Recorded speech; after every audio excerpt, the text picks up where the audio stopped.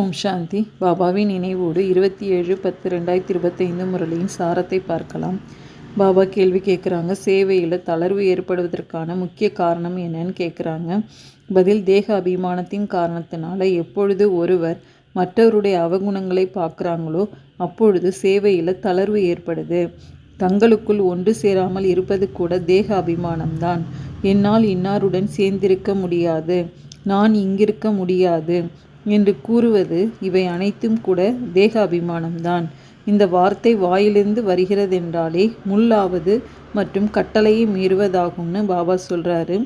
நீங்கள் ஆன்மீக சேனைகள் கட்டளை கிடைத்ததும் உடனே தயாராகணும். எந்த விஷயத்திற்கும் சாக்குப்போக்கு சொல்லக்கூடாதுன்னு பாபா சொல்லியிருக்காங்க. நெக்ஸ்ட்டு, நாம் எப்படி இல்லை என்றால் பாபாவின் மனதில் இடம் பிடிக்க முடியாது என்று பாபா கூறியிருப்பது என்ன? பாபா சொல்கிறாங்க, யுத்த களத்தில் யுத்தம் செய்பவர்களின் கடமை எதிரிகளிடம் சண்டையிடுறது. வெள்ளம் வருகின்றது, ஏதாவது ஆபத்து வருகிறது என்றால் அப்போது இராணுவத்தை கூப்பிடுறாங்க. பிறகு இராணுவ சேனையினர் தொழிலாளியாகி வேலையும் செய்ய வேண்டியதாக இருக்குது. இங்கு மண்ணை நிரப்புங்கள்னு அரசாங்கம் இராணுவத்திற்கு கட்டளையிடுது. ஒருவேளை வரவில்லை என்றால் அவர்கள் துப்பாக்கி முனையில் ஏற்றுதான் ஆக வேண்டும். நீங்கள் கூட சேவைக்கு கட்டுப்பட்டவர்கள்னு பாபா சொல்கிறாங்க.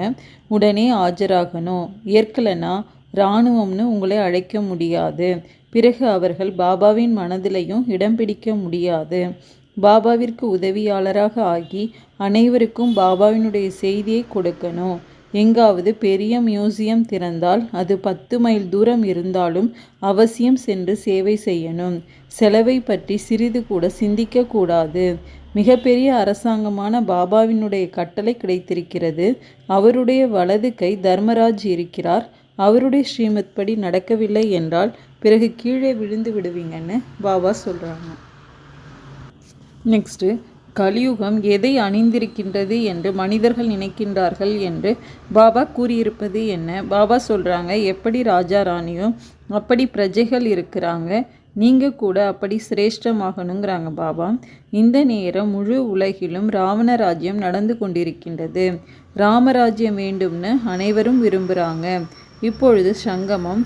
எப்பொழுது லக்ஷ்மி நாராயணன் ராஜ்யம் இருந்ததோ அப்பொழுது ராவண ராஜ்யம் இல்லை.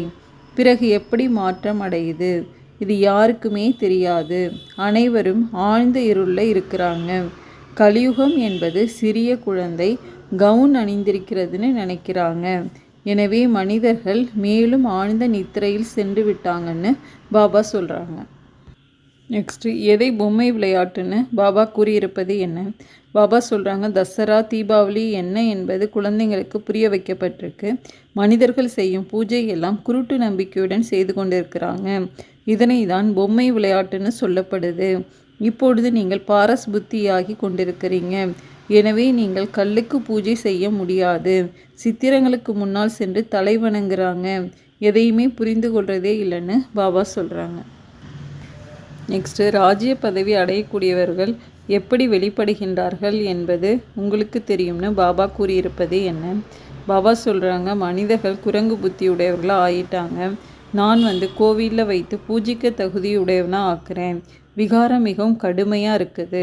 கோபம் எவ்வளோ இருக்குது? உங்களுக்குள்ள எந்த கோபமும் இருக்கக்கூடாது. முற்றிலும் இனிமையான அமைதியான மிகவும் இனிமையானவராக ஆகணும். ராஜ்ய பதவி அடைகிறவங்க கோடியிலும் ஒரு சிலர் தான் வெளிப்படுறாங்க. அதுவும் உங்களுக்கு தெரியும். உங்களை நரனிலிருந்து நாராயணன் ஆக்குவதற்காக தான் நான் வந்திருக்கிறேன்னு பாபா சொல்கிறாரு. அதிலும் கூட 8 ரத்தினங்கள் தான் மகிமை பாடப்படுறாங்க. 8 ரத்தினங்கள் நடுவில் இருப்பது பாபாவாக இருக்காரு. 8 பேர்கள் தான் தண்டனை இல்லாமல் வெற்றி பெறுவாங்க. அதிலும் வரிசை கிரம முயற்சியின் படிதான்னு பாபா சொல்லியிருக்காங்க.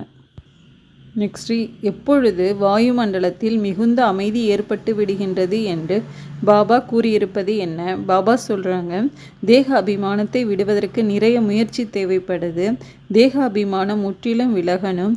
சிலர் பக்கா பிரம்மஞானியாக இருப்பவர்கள் அவர்கள் அப்படியே சரீரத்தை விட்டு விடுறாங்க. அமர்ந்தபடியே தேகத்தை தியாகம் செய்து விடுறாங்க. அதனால் வாயு மண்டலத்தில் மிகுந்த அமைதி ஏற்பட்டு விடுது. அதிகாலை சுத்தமான சமயத்தில் சரீரத்தை விடுறாங்க. இரவு நேரத்தில் மனிதர்கள் அழுக்கான காரியத்தெல்லாம் செய்கிறாங்க. பிறகு அதிகாலையில் எழுந்து பகவான் பகவான்னு சொல்ல ஆரம்பிச்சிடுறாங்க, பூஜை செய்கிறாங்க. பாபா அனைத்து விஷயங்களையும் நமக்கு புரிய வச்சிட்ருக்கேன்னு சொல்கிறாங்க. யார் மகாரதி பிராமணின்னு சொல்லப்படுகின்றதுன்னு பாபா கேட்டிருப்பது என்ன? பாபா சொல்கிறாங்க, பாபாவினுடைய அறிமுகத்தை கொடுக்காமல் நீங்கள் அதிகம் கூறினீர்கள் என்றால் உங்களுடைய நேரம் நிறைய வீணாகிடுங்கிறாங்க பாபா. தொண்டையும் அடைச்சிடும். அதிகம் கூறுவதனால புரிந்து கொள்வார்களா என்ன? மிக சாதாரணமாக அமைதியாக அமர்ந்து புரிய வைக்கணும்.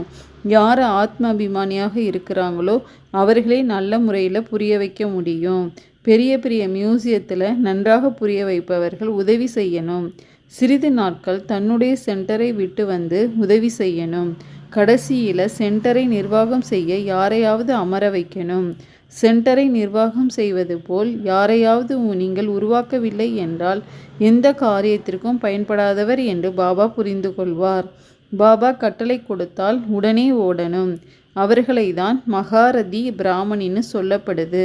மற்றவர்கள் குதிரைப்படை காலால் படையாக இருக்கிறாங்கன்னு பாபா சொல்லியிருக்காங்க. அச்சா, ஓம் சாந்தி.